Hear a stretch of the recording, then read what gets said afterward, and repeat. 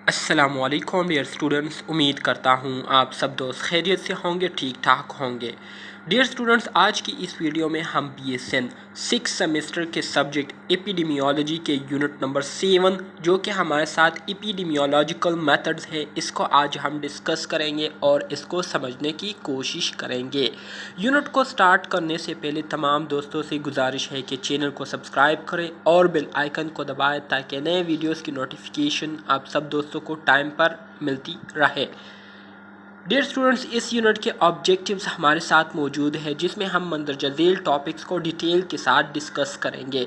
सबसे पहले हम डिफ़ाइन करेंगे स्टडी डिज़ाइन को कि स्टडी डिज़ाइन किसे कहते हैं, स्टडी डिज़ाइन से क्या मुराद है, ठीक है। इस पर हम डिटेल के साथ बात करेंगे। इसके बाद फिर हम क्लासीफाई करेंगे स्टडी डिज़ाइन को कि स्टडी डिज़ाइन के हमारे साथ डिफरेंट क्लासेस हैं, उन क्लासेस को हम क्या करेंगे, क्लासीफाई करेंगे।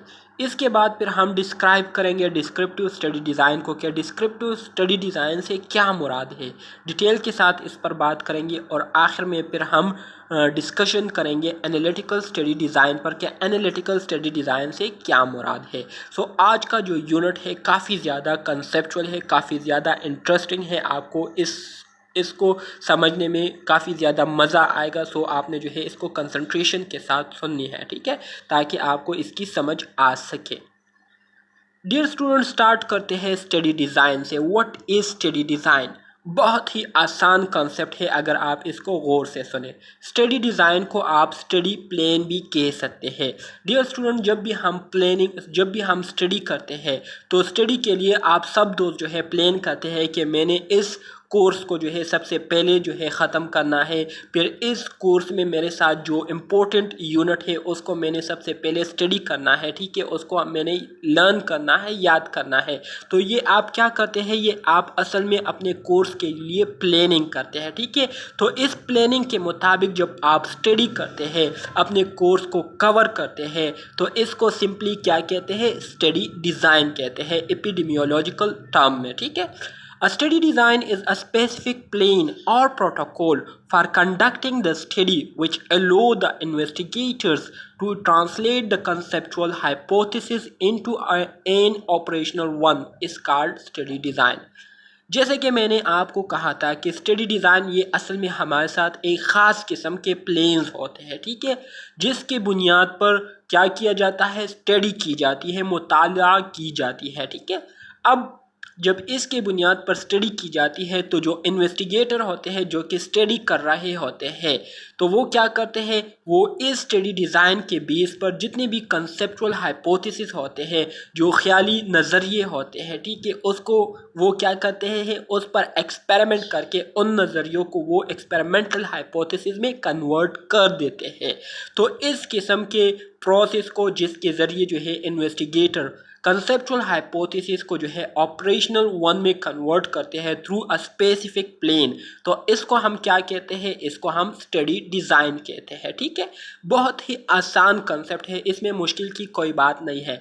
अगर आपसे कोई पूछे कि स्टडी डिज़ाइन किसे कहते हैं, तो आप उन्हें सिंपली कह सकते हैं कि जब हम किसी चीज़ को स्टडी करते हैं तो उसको स्टडी करने से पहले उसके लिए हम जो प्लानिंग करते हैं कि मैंने इस चीज़ को स्टडी करना है, तो इस कोर्स में सबसे पहले मैंने इस चीज़ों को देखना है, इसके बाद मैंने इस यूनिट को देखना है, इसके बाद मैंने इस यूनिट को देखना है। इस कोर्स को कवर करने के बाद फिर मैंने जो है दूसरे सब्जेक्ट के कोर्स को शुरू करना है। तो ये एक पूरा प्लान जो आप बनाते हैं तो इसको क्या कहते हैं, स्टडी डिज़ाइन कहते हैं, ठीक है। बहुत ही आसान, सिंपल है। A set of defined steps required to carry out research on a problem under study is called study design। वो प्रॉब्लम जो कि ऑलरेडी एग्जिस्ट करती हो, जो कि ऑलरेडी जो है उस पर रिसर्च जारी और सारी रहते हैं और उस पर रिसर्च हो रहे होते हैं, तो उस प्रॉब्लम को सॉल्व करने के लिए, उस पर रिसर्च करने के लिए आपको जो स्टेप्स रिक्वायर्ड होते हैं या जो स्टेप्स दी गई हुए होते हैं कि आपने इस स्टेप्स को फॉलो करके इस प्रॉब्लम को सॉल्व करना है, तो इसको क्या कहते हैं, इसको स्टडी डिज़ाइन कहते हैं, ठीक है। The study design will define अब जब हम स्टडी डिज़ाइन करते हैं तो इसके ज़रिए हमें क्या फ़ायदा जो है वो मिलता है, हम स्टडी डिज़ाइन करते हुए इससे क्या फ़ायदा उठाते हैं। तो इसका जो पहला फ़ायदा हमें मिलता है वो ये होता है कि how study subjects are selected. हमें जो है स्टडी डिज़ाइन से ये मदद मिलती है कि हमें फिर पता होता है कि कैसे मैंने एक सब्जेक्ट को जो है सेलेक्ट करना है, वो कौन सी बातें हैं जिसके बेस पर मुझे इस सब्जेक्ट को सेलेक्ट करना चाहिए या इस सब्जेक्ट को सेलेक्ट नहीं करना चाहिए। ठीक है, तो इसका जो है आपको पता चल जाता है स्टडी डिज़ाइन से। इसके अलावा method of sample size estimation, study design से जो है आपको ये भी पता चल जाता है कि जो सैंपल साइज़ है उसकी एस्टिमेशन आप किस तरह से कर सकते हैं। सैंपल साइज़ मतलब पॉपुलेशन से आपने एक स्पेसिफिक एरिया को ले लिया है, ठीक है, और उस स्पेसिफिक एरिया में तकरीबन मिसाल के तौर पर आपके साथ जो है 50 लोग हैं, ठीक है, तो वो 50 लोग जो है आपका एक सैंपल हो गया। तो आप इस सैंपल साइज़ की जो एस्टिमेशन है, जो अंदाज़ा है, वो किस तरीके से लगा सकते हैं। तो इसका भी आपको स्टडी डिज़ाइन काफ़ी डिटेल के साथ क्या करती है, गाइडेंस देती है। इसके अलावा प्रोसीजर ऑफ डेटा कलेक्शन, आपने जो डेटा कलेक्ट करना है तो किस तरीके से आपने डेटा को कलेक्ट करना है, कैसे आपने कलेक्ट करना है, कौन कौन से मेथड्स हैं जिसके ज़रिए आपने डेटा कलेक्ट करना है। तो ये सब कुछ आपको स्टडी डिज़ाइन के ज़रिए जो है क्या मिलती है, इसकी गाइडेंस मिलती है। ठीक है, procedure of data analysis, data तो आपने कलेक्ट कर लिया है, ठीक है, अब इस डेटा पर आपने एनालिसिस कैसे करना है, इस डेटा को आपने एनालाइज कैसे करना है। एनालाइज से मुराद ये है कि इस पर आपने बहस कैसे करनी है, इसको आपने डिस्कस किस तरीके से करना है। ठीक है, तो ये भी आपको स्टडी डिज़ाइन जो है वो गाइड करके बताता है। ठीक है, एंड आखिर में type of statistical test require, अब आपने जो डेटा कलेक्ट किया है उसको एनालाइज किया है, तो इस पर टेस्ट करने के लिए आपको जो चीज़ें रिक्वायर्ड होती है या जिस किस्म के स्टेटिस्टिकल टेस्ट आपको रिक्वायर्ड होते हैं, तो ये भी आपको स्टडी डिज़ाइन जो है वो बताती है। ठीक है, तो स्टडी डिज़ाइन के जो है ये फ़ायदे हैं, ये एडवांटेजेस है, ठीक है, जो कि मैंने आपको काफ़ी आसान अल्फाज में यहाँ पर बता दिए हैं। The proof for evidence-based medicines is all collected via research। इसके अलावा जितने भी मेडिसिन जो है उसको लिए जाते हैं, कलेक्ट किए जाते हैं, तो ये यूजुअली रिसर्च बेस पे जो है इन मेडिसिन को जो है बनाया जाता है या इसको लिए जाते हैं यूज़ करने के लिए, विच use a variety of study design. तो इसके लिए भी जो है मुख्तलिफ़ किस्म के स्टडी डिज़ाइन जो है इसको इस्तेमाल करके इन मेडिसिन को जो है कलेक्ट किया जाता है। Different study design provide information of different quality, इसी तरह से हमारे साथ मुख्तलिफ़ किस्म के स्टडी डिज़ाइन होते हैं, स्टडी प्लानिंग होती है, जो कि हमें मुख्तलिफ़ क्वालिटी के इंफॉर्मेशन जो है वो प्रोवाइड करती है। ठीक है, देयरफॉर इसलिए you need to understand the strength and limitation of each type of study design, इसलिए हम सबको चाहिए कि हम हर किस्म के जो स्टडी डिज़ाइन है उनकी जो स्ट्रेंथ और लिमिटेशन है उसको सबसे पहले हम अंडरस्टैंड करें। अगर हम उनके स्ट्रेंथ मुराद ये है कि ये कितना जो है एक्सेप्टेबल स्टडी डिज़ाइन है, और लिमिटेशन से मुराद कि इस स्टडी डिज़ाइन को किस हद तक जो है एक्सेप्ट किया जाता है, इसकी रेंजेस किस हद तक है, तो इन सब चीज़ों को अगर हम अंडरस्टैंड करेंगे तो इससे फिर क्या होगा, as apply to a particular research purpose, तो इसको फिर हम एक ख़ास पार्टिकुलर रिसर्च मकसद के लिए जो है फिर इसको हम बआसानी से यूज़ कर सकेंगे, क्योंकि हमें एक स्टडी डिज़ाइन के स्ट्रेंथ और लिमिटेशन के बारे में पता होगा। तो फिर हम बेहतर से बेहतर स्टडी डिज़ाइन को जो है उसको हम कलेक्ट करेंगे, सेलेक्ट करेंगे और फिर उसको हम यूज़ करेंगे अपनी रिसर्चेज में। ठीक है, क्लासिफिकेशन ऑफ एपिडेमियोलॉजिकल रिसर्च और स्टडी डिज़ाइन, अब एपिडेमियोलॉजिकल रिसर्च और स्टडी डिज़ाइन को जो है क्लासिफाई किया गया है। यूजुअली हमारे साथ स्टडी डिज़ाइन के दो किस्म है, एक हमारे साथ डिस्क्रिप्टिव रिसर्च होता है या डिस्क्रिप्टिव स्टडी डिज़ाइन होती है, और दूसरा हमारे साथ एनालिटिक रिसर्च या एनालिटिक स्टडी डिज़ाइन होती है। ठीक है डियर स्टूडेंट्स, अब अगर हम डिस्क्रिप्टिव रिसर्च की बात करें तो इसमें भी फिर हमारे साथ ये दो सब ग्रुप में डिवाइड हुआ है। एक हमारे साथ पॉपुलेशन बेस्ड डिस्क्रिप्टिव रिसर्च होता है और एक हमारे साथ इंडिविजुअल बेस्ड डिस्क्रिप्टिव रिसर्च होता है। पॉपुलेशन बेस्ड डिस्क्रिप्टिव रिसर्च में हम क्या करते हैं, इकोलॉजिकल या कोरिलेशन करते हैं, जबकि इंडिविजुअल बेस में हम केस रिपोर्टिंग करते हैं, ठीक है, जिसमें हम सिंगल डिजीज़ को स्टडी करते हैं, ठीक है। इसके अलावा केस सीरीज़ को स्टडी करते हैं, जिसमें हम मल्टीपल डिजीज़ या मल्टीपल केसेस को क्या करते हैं, उसको हम स्टडी करते हैं। और जो तीसरा हमारे साथ है इंडिविजुअल बेस में, वो है क्रॉस सेक्शनल सर्वे, ठीक है। तो इसको हम आगे जो है वन बाय वन डिटेल के साथ डिस्कस करेंगे। इसके बाद अगर एनालिटिकल रिसर्च की हम बात करें तो एनालिटिकल रिसर्च में हमारे साथ इसमें भी दो किस्म के रिसर्च है, ठीक है। एक हमारे साथ ऑब्जर्वेशनल एनालिटिकल रिसर्च है और दूसरा हमारे साथ एक्सपेरिमेंटल या इंटरवेंशनल एनालिटिकल रिसर्च है। ऑब्जर्वेशनल एनालिटिकल रिसर्च में अगर हम देखें तो इसमें हम कोहर्ट स्टडी करते हैं, केस कंट्रोल स्टडी करते हैं और क्रॉस सेक्शनल स्टडी करते हैं, ठीक है। इसी तरह से अगर एक्सपेरिमेंटल या इंटरवेंशनल एनालिटिकल रिसर्च की बात करें तो इसमें हम रेंडमाइज कंट्रोल ट्रायल्स इसको करते हैं और इसके साथ साथ क्वेसी करते हैं। ये चीज़ें क्या है, इसको हम आगे डिटेल के साथ डिस्कस करेंगे आज के इस लेक्चर में, ठीक है। तो आप इसको गौर से सुने, अंडरस्टैंड करने की कोशिश करें। Objectives at various level. अब हमारे साथ जो different type of study design है, तो इसमें हम क्या करते हैं, ठीक है, तो उसको अब हम डिस्कस करेंगे। स्टडी टाइप्स में अगर हम सबसे पहले नंबर पर देखें तो हमारे साथ डिस्क्रिप्टिव स्टडी आती है, ठीक है। डिस्क्रिप्टिव स्टडी में हम क्या करते हैं, knowing the frequency of disease. एक पॉपुलेशन या एक सैम्पल पॉपुलेशन में जो है, एक सैम्पल में जो है एक बीमारी जो है वो हो गई है, तो वो बीमारी किस शिद्दत से, किस रफ्तार से जो है उस सैंपल को अफेक्ट कर रही है या उस पॉपुलेशन को अफेक्ट कर रही है, इसके बारे में हम डिस्क्रिप्टिव स्टडी में क्या करते हैं, मुतालिया करते हैं, उसको स्टडी करते हैं। इसके अलावा नोइंग द डिस्ट्रीब्यूशन, एक डिज़ीज़ जो है वो पॉपुलेशन में जो है वो काज हो गई है, एराइज हो गई है या सैंपल में एराइज हो गई है, तो कितनी स्पीड से वो उस पॉपुलेशन या उस सैंपल में फैल रही है, इसके बारे में भी आपको डिस्क्रिप्टिव स्टडी जो है काफ़ी डिटेल के साथ इंफॉर्मेशन प्रोवाइड करती है।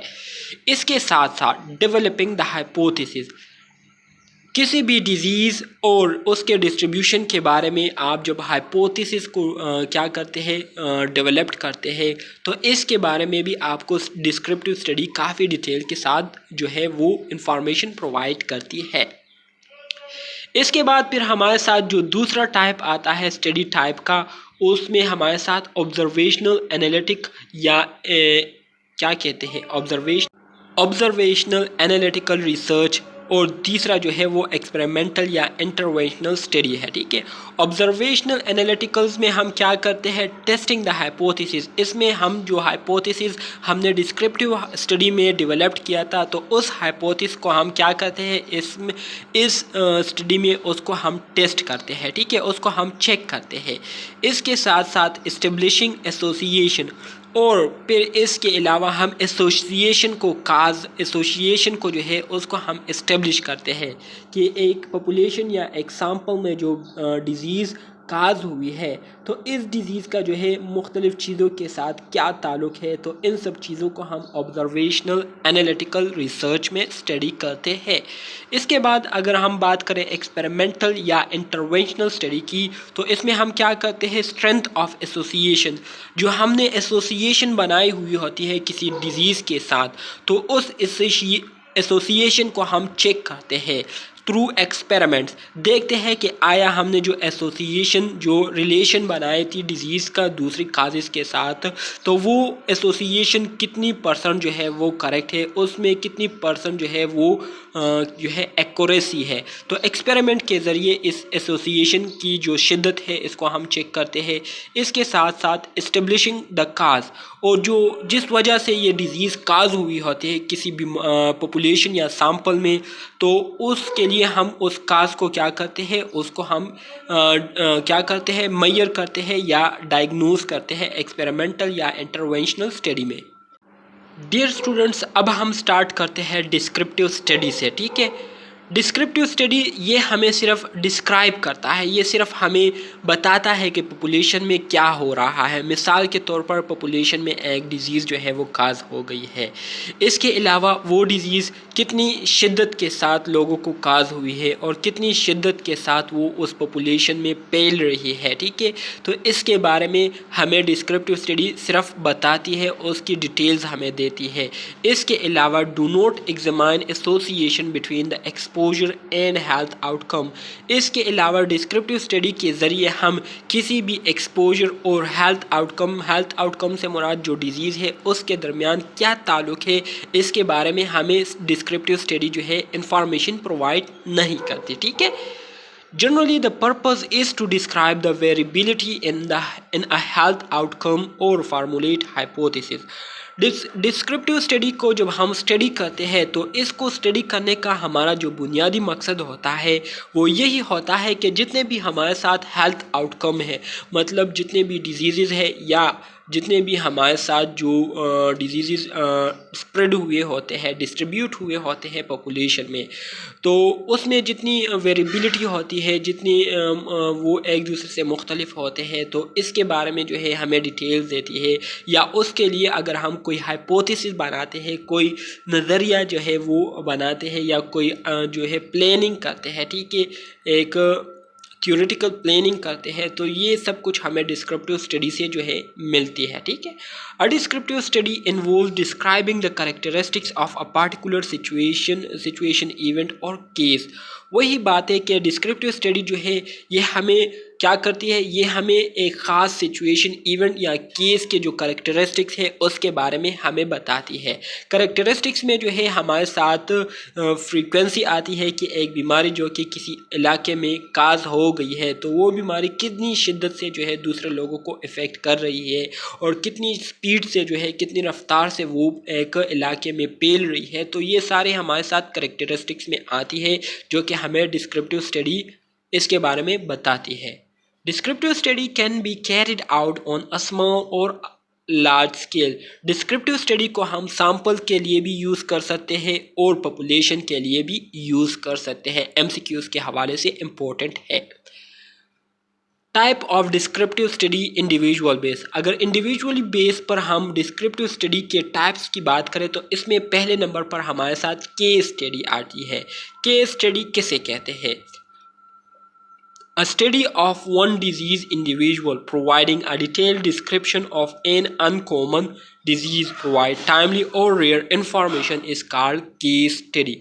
केस स्टडी यूजुअली हमारे साथ स्टडी की वो किस्म होती है जिसमें हम एक टाइम पर सिर्फ एक डिज़ीज़ को स्टडी करते हैं, ठीक है, जो कि हमें उस अनकॉमन डिज़ीज़ के बारे में काफ़ी डिटेल के साथ डिस्क्रिप्शन जो है वो फराहम करती है, ठीक है। बहुत ही आसान है, कंसेप्चुअल है। केस स्टडी मतलब इसमें सिर्फ हम एक डिज़ीज़ को इंडिविजुअली स्टडी करते हैं, ठीक है। Yeah, a single patient clinical history is described in detail and then discussed in relation to the literature. Almost always have या always a rare, unusual or atypical case, ठीक है। Case study को आप इस तरह से भी डिफ़ाइन कर सकते हैं कि केस स्टडी यूजुअली हमारे साथ वो स्टडी होती है जिसमें हम एक सिंगल पेशेंट की जो क्लिनिकल हिस्ट्री होती है, जो साइन सिम्टम होते हैं या जितने भी हमारे साथ उसके डिज़ीज़ से रिलेटेड जितने साइन सिम्टम्स होते हैं तो उसको हम काफ़ी डिटेल के साथ डिस्क्राइब करते हैं और फिर उसको जो है अपनी जो डायग्नोसिस होती है, अपना जो लिटरेचर होता है उसके मुताबिक उसको हम क्या करते हैं, डिस्कस करते हैं, ठीक है। यूजुअली हमारे साथ जो केस स्टडी होती है तो ये हमारे साथ बहुत रेयर केसेस होते हैं और एटिपिकल केसेस होते हैं, ठीक है। इसके बाद हमारे साथ जो दूसरा टर्म आता है, दूसरा टाइप आता है टाइप्स ऑफ डिस्क्रिप्टिव स्टडी में इंडिविजुअल बेस पर, तो उसको हम केस सीरीज़ कहते हैं। Case mean disease, series mean many, so many cases. ये हमारे साथ डिस्क्रिप्टिव स्टडी की वो किस्म है जिसमें हम एट अ टाइम बहुत सारे डिजीज़ को क्या करते हैं, मल्टीपल डिजीज़ को हम स्टडी करते हैं, तो इसको हम क्या कहते हैं, केस सीरीज़ कहते हैं, ठीक है। A study of multiple occurrences of unusual cases that have similar characteristics is called case series. Case series ये हमारे साथ स्टडी की वो किस्म है, डिस्क्रिप्टिव स्टडी की वो किस्म है जिसमें हम मल्टीपल अनयूजुअल केसेस को क्या करते हैं, स्टडी करते हैं। और यूजुअली हमारे साथ जो केसेस होते हैं तो ये करेक्टरिस्टिक्स में हमारे साथ सिमिलर होते हैं, ठीक है। तो इसको हम क्या करते हैं, एट अ टाइम स्टडी करते हैं बहुत सारे केसेस को, तो इसको हम केस सीरीज़ कहते हैं। Investigator can calculate the frequency of symptoms or characteristics of people with the disease। इसमें जो इन्वेस्टिगेटर होते हैं तो वो लोगों के जो बीमारियां हैं उसके जो करेक्टरिस्टिक्स या सिम्टम है उसको क्या करते हैं, उसको कैलकुलेट करते हैं।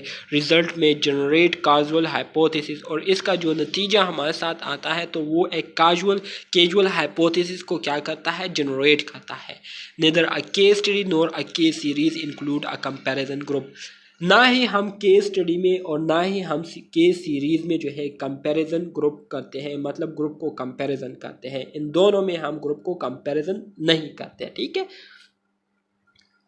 Descriptive study design, descriptive study design की अगर हम बात करें तो इसमें हमारे साथ केस रिपोर्ट आता है। केस रिपोर्ट में मतलब one case of unusual finding, जो अनयूजुअल फाइंडिंग होती है तो उसकी हम एक केस को क्या करते हैं, स्टडी करते हैं। इसमें सिर्फ हम एक केस को एट अ टाइम स्टडी करते हैं, जबकि केस सीरीज़ में हम मल्टीपल केसेस को क्या करते हैं, जिसको हमने फाइंड किए होते हैं उसको हम स्टडी करते हैं, अंडर रिसर्च करते हैं, ठीक है। Type of descriptive study individual base. फिर इसके बाद हमारे साथ जो तीसरी किस्म आती है वो है क्रॉस सेक्शनल सर्वे। क्रॉस सेक्शनल सर्वे में हमारे साथ जो सब्जेक्ट्स या इंस्टीट्यूशन होते हैं वो क्या करते हैं, सर्वे करते हैं in order to describe the prevalence of health outcome and और characteristics of a population. Cross sectional survey में हमारे साथ जो सब्जेक्ट से मुराद जो लोग होते हैं या जो इंस्टीट्यूशन होते हैं वो यूजुअली क्या करते हैं, वो यूजुअली सर्वे करते हैं एक पॉपुलेशन, एक इलाके या एक सैम्पल इलाके की, जिसमें वो क्या करते हैं, जिसमें वो देखते हैं कि इस इलाके में पहले से मौजूद जो बीमारियां हैं वो कितनी है, ठीक है, कितनी तादाद में है। तो प्रेवलेंस ऑफ हेल्थ आउटकम से मुराद, प्रेवलेंस से मुराद जो पहले से मौजूद हो उस पॉपुलेशन में, उस आबादी में स्टार्ट से वो बीमारी मौजूद हो, हमारे केस स्टडी के स्टार्ट करने से पहले मौजूद हो, तो इसको हम प्रेवलेंस ऑफ हेल्थ आउटकम कहते हैं, ठीक है। तो इस प्रेवलेंस ऑफ हेल्थ आउटकम को हम क्रॉस सेक्शनल सर्वे में स्टडी करते हैं। Descriptive study population base. अब अगर हम पॉपुलेशन बेस पर डिस्क्रिप्टिव स्टडी की हम बात करें तो इसमें हम इकोलॉजिकल बात करते हैं। An ecological study focuses on group of people. Ecological मतलब इकोलॉजी, इकोलॉजी में हमारे साथ पूरी पॉपुलेशन आती है, ग्रुप ऑफ पीपल आते हैं। सो इसमें हम क्या करते हैं, ग्रुप ऑफ पीपल्स को फोकस में रखते हैं, ग्रुप ऑफ पीपल्स को जो है क्या करते हैं, स्टडी करते हैं as the unit of analysis, ठीक है। The variable include measurement taken at the group level. इसमें हमारे साथ जो वेरिएबल होते हैं, वेरिएबल पर मुश्तमिल मेजरमेंट होती है तो उसको हम ग्रुप लेवल पर क्या करते हैं, स्टडी करते हैं। मिसाल के तौर पर infant mortality rate of different countries, मुख्तलिफ ममालिक के जो इन्फेंट मोर्टेलिटी रेट है उसको हम क्या करते हैं, डिस्क्राइब करते हैं इकोलॉजिकल डिस्क्रिप्टिव स्टडी में। Type of observational analytical study. Observational analytical study के हमारे साथ जो टाइप है इसमें हमारे साथ क्रॉस सेक्शनल कंपैरेटिव स्टडी आती है, केस कंट्रोल स्टडी आती है और कोहॉर्ट स्टडी आती है, ठीक है। Analytical non interventional study, non interventional study की अगर हम बात करें, नॉन इंटरवेंशनल मतलब ऑब्जर्वेशनल, ठीक है। सो इसमें हमारे साथ cross sectional study, case control study और कोहॉर्ट स्टडी आती है, जो कि अभी मैंने बताया। कोहॉर्ट स्टडी में हम क्या करते हैं, कोहॉर्ट स्टडी में हम प्रेजेंट एक्सपोजर, जो मौजूदा टाइम, जिस टाइम हम उसको स्टडी कर रहे होते हैं तो उस टाइम वो आबादी किस चीज़ को एक्सपोज हुई होती है तो उसको हम स्टडी करते हैं, और उसके एक्सपोज होने की वजह से फ्यूचर में उनके साथ क्या होगा, ठीक है, या कौन सी डिजीज़ उनको काज होगी, तो उसको हम क्या करते हैं, कोहॉर्ट स्टडी में स्टडी करते हैं, ठीक है। इसके अलावा केस कंट्रोल में हम जो मौजूदा डिजीज़ होते हैं, ठीक है, जो प्रेवलेंट केसेस होते हैं उसको हम स्टडी करते हैं, और उसके जो पास्ट एक्सपीरियंसेस है या जो एक्सपोजर है उसको हम क्या करते हैं, स्टडी करते हैं केस कंट्रोल में, ठीक है। इसके अलावा जो क्रॉस सेक्शनल स्टडी है इसमें हम प्रेजेंट में जो डिजीज़ और एक्सपोजर होता है उन दोनों को क्या करते हैं, स्टडी करते हैं। जो मौजूदा टाइम में उनको जो डिजीज़ और जिस चीज़ को वो एक्सपोज हुए होते हैं तो उसको हम क्या करते हैं, क्रॉस सेक्शन स्टडी में उसको स्टडी करते हैं। ठीक है, बहुत ही सिंपल है। Design of a cross sectional study. Cross sectional study का जो डिज़ाइन है वो आपको यहाँ पर दिया गया है। सबसे पहले हम क्या करते हैं, एक पॉपुलेशन को लेते हैं, एक पॉपुलेशन को आइडेंटिफाई करते हैं, sample subject from a population. हमने पॉपुलेशन से जो है एक सब्जेक्ट को लिए, ठीक है, सब्जेक्ट से मुराद एक सैम्पल को ले लिया है। इस सैम्पल में हमारे साथ जो है data taken at one time, इससे हम एक ही दफ़ा डेटा लेते हैं। तो इसमें हमारे साथ जो लोग हैं, कुछ वो लोग हैं जो कि क्या हुए हैं, रिस्क फैक्टर जिनमें मौजूद है और डिजीज़ भी उनमें मौजूद है। कुछ ऐसे लोग हैं जिनमें रिस्क फैक्टर नहीं है लेकिन फिर भी उनमें डिजीज़ मौजूद है। कुछ ऐसे हैं जिनमें रिस्क फैक्टर है लेकिन उनमें डिजीज़ नहीं है।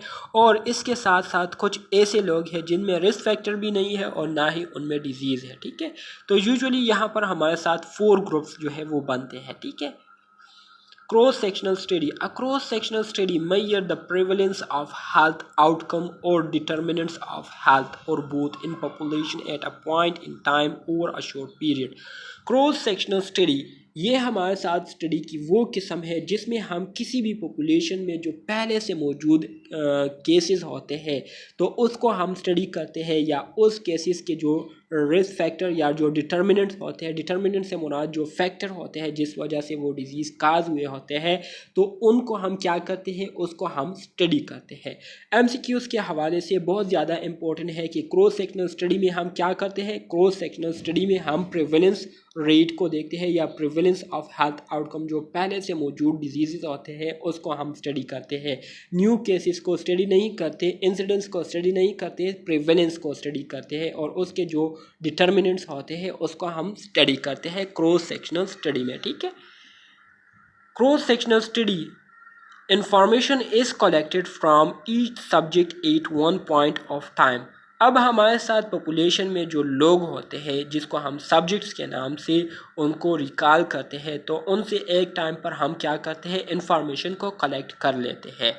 Use to provide a snapshot of a population at a point in time. अब जो इंफॉर्मेशन हमने कलेक्ट की हुई होती है तो इस इंफॉर्मेशन को पूरे पॉपुलेशन के बेस पर इसको हम यूज़ करते हैं।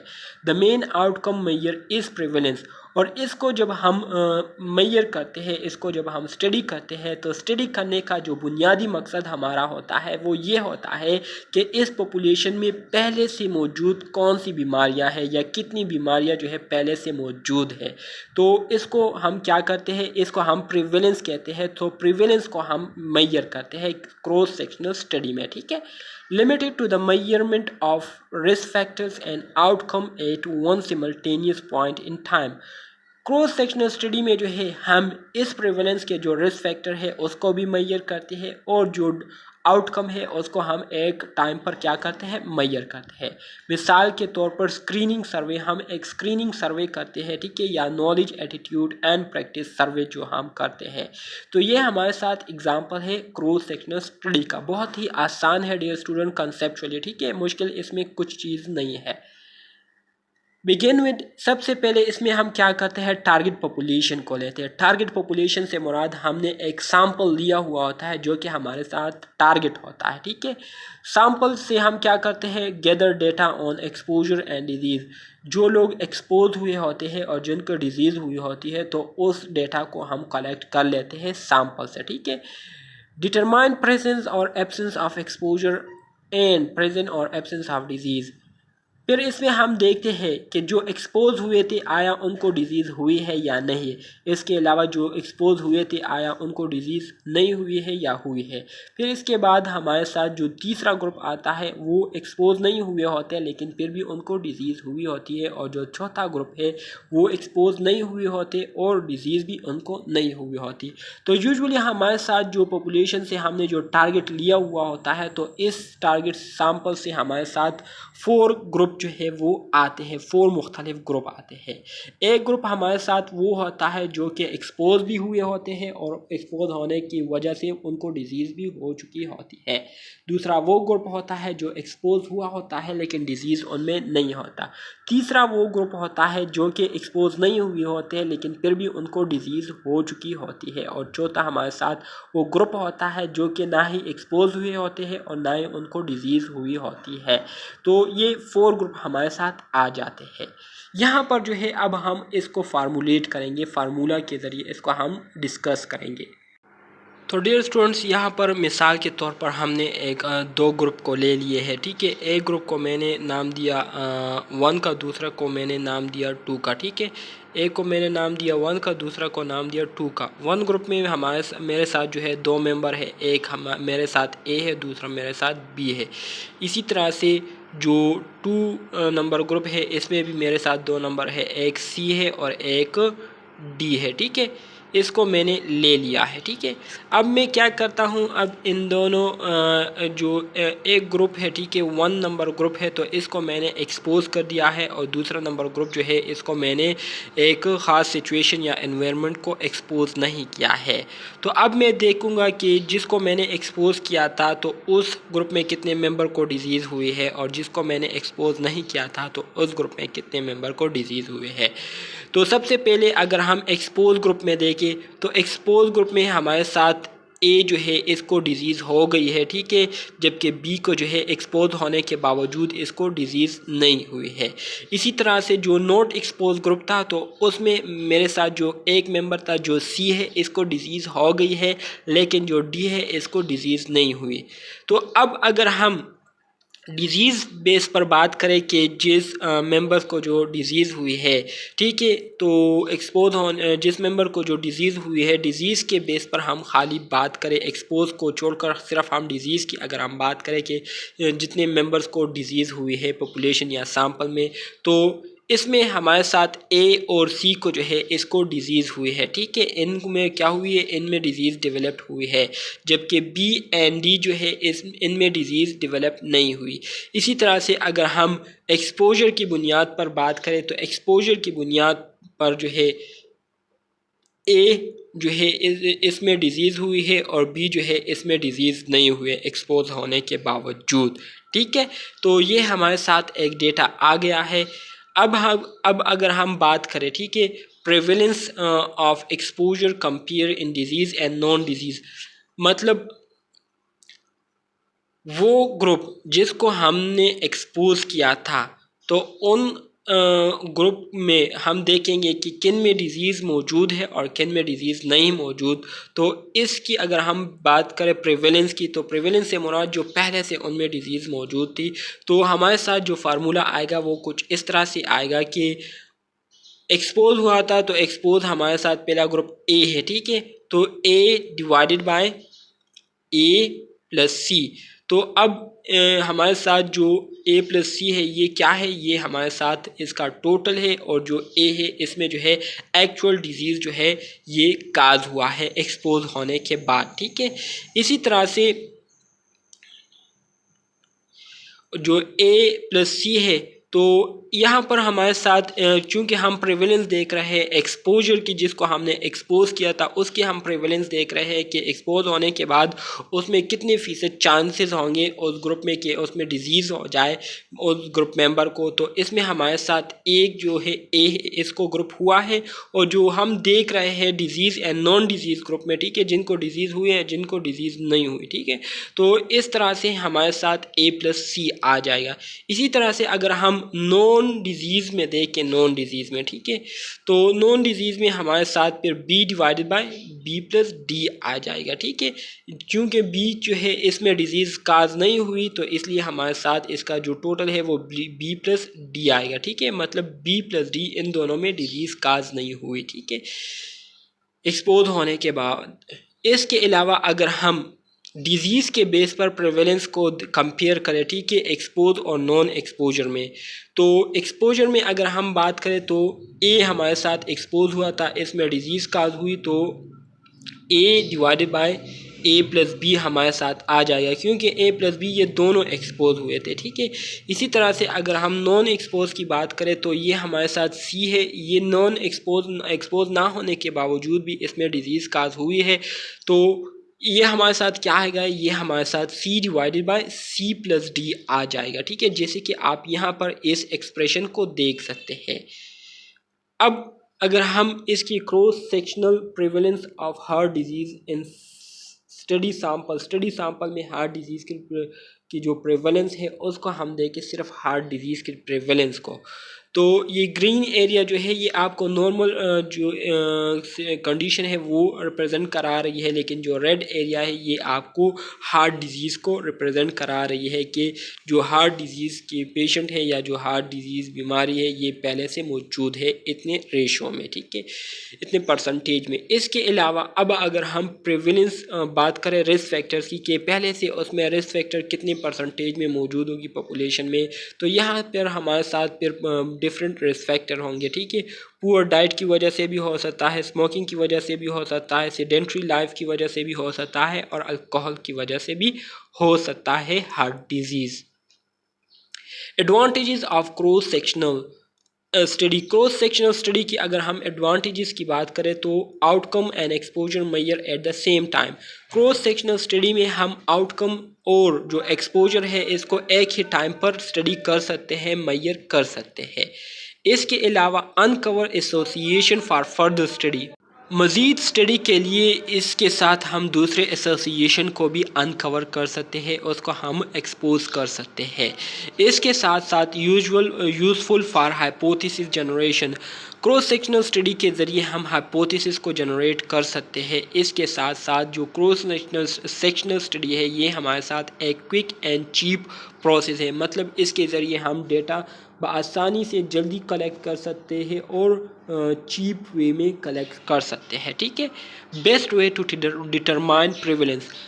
क्रॉस सेक्शनल स्टडी ये हमारे साथ एक बेस्ट तरीका है प्रेवलेंस रेट को मेजर करने का। ठीक है, इसके ज़रिए हम क्वेश्चनियर और इंटरव्यू भी कर सकते हैं। Useful for assessing practice, attitude, knowledge, believe, utilization of services et cetera. Can be conducted to assess the healthcare needs of the population। Cross sectional study के ज़रिए हमारे पॉपुलेशन के जो हेल्थ केयर नीड्स है उसको भी हम एसेस कर सकते हैं, उसकी भी हम असेसमेंट कर सकते हैं। इसके साथ साथ helpful in measuring access and utilization of health services. जितनी मिकदार में हेल्थ सर्विसेज यूटिलाइज हो रही है, इस्तेमाल हो रही है, और कितनी मिकदार में लोगों की रसाई हेल्थ सर्विसेज तक है, तो इसको भी हम मेजर कर सकते हैं क्रॉस सेक्शनल स्टडी के ज़रिए। Provide information between disease and various variable. मुख्तलिफ जो वेरिएबल है, फैक्टर्स है और जो डिजीज़ है इनके दरमियान जो इंफॉर्मेशन है वो हमें प्रोवाइड कर सकती है क्रॉस सेक्शनल स्टडी। इसके अलावा provide information regarding distribution of disease. एक बीमारी जो है वो पॉपुलेशन में किस हद तक फैल गई है इसके बारे में आपको क्रॉस सेक्शनल स्टडी के ज़रिए काफ़ी डिटेल में इंफॉर्मेशन मिलती है या प्रोवाइड होती है। Determine burden of the disease in a population. इसके ज़रिए आप किसी भी पॉपुलेशन में डिजीज़ का जो बर्डन है उसको आप मालूम कर सकते हैं। तो हेल्पफुल फॉर प्लानिंग पर्पस। तो ये जो है प्लानिंग मकसद के लिए काफ़ी ज़्यादा फ़ायदेमंद है, हेल्पफुल है। ठीक है, limitation of cross sectional study. Cross sectional study की अगर हम लिमिटेशन की बात करें तो ये हमारे साथ no temporal or time sequence. ठीक है, so give no information whether which come first. इस क्रॉस सेक्शनल स्टडी के ज़रिए आपको ये पता नहीं चल सकता कि पहले काज आया था या डिजीज़ डेवलप हुई थी। ठीक है, तो इससे आप ये मालूम नहीं कर सकते कि डिजीज़ पहले काज हुआ था या पहले जो है काज आया था। ठीक है, gives no idea about natural history of the disease या etiology। क्रॉस सेक्शनल स्टडी के ज़रिए जो है आपको एटियोलॉजी या नेचुरल हिस्ट्री ऑफ डिजीज़ के बारे में जो है ये आपको इंफॉर्मेशन प्रोवाइड नहीं करते। Give no measure of new cases occurrence. इसके अलावा क्रॉस सेक्शनल स्टडी के ज़रिए आप इंसिडेंस केसेस को स्टडी नहीं कर सकते, जिसको न्यू केसेस कहते हैं। ठीक है, not useful for rare exposure और रेयर आउटकम। इसके अलावा वो डिजीज़ जो कि बहुत ज़्यादा रेयर होते हैं, बहुत कम होते हैं, तो उसको आप इस स्टडी के ज़रिए मेजर नहीं कर सकते। तो डियर स्टूडेंट्स, ये था हमारे साथ एपिडेमियोलॉजी मेजरमेंट या यूनिट नंबर 7 का पार्ट 1 जो कि मैंने आप दोस्तों के साथ शेयर किया। उम्मीद करता हूँ आपको इसकी समझ आ गई होगी। लेकिन अगर फिर भी कोई क्वेश्चन है तो आप कमेंट बॉक्स में डायरेक्टली पूछ सकते हैं। मिलते हैं नेक्स्ट लेक्चर में, तब तक के लिए अल्लाह हाफिज़।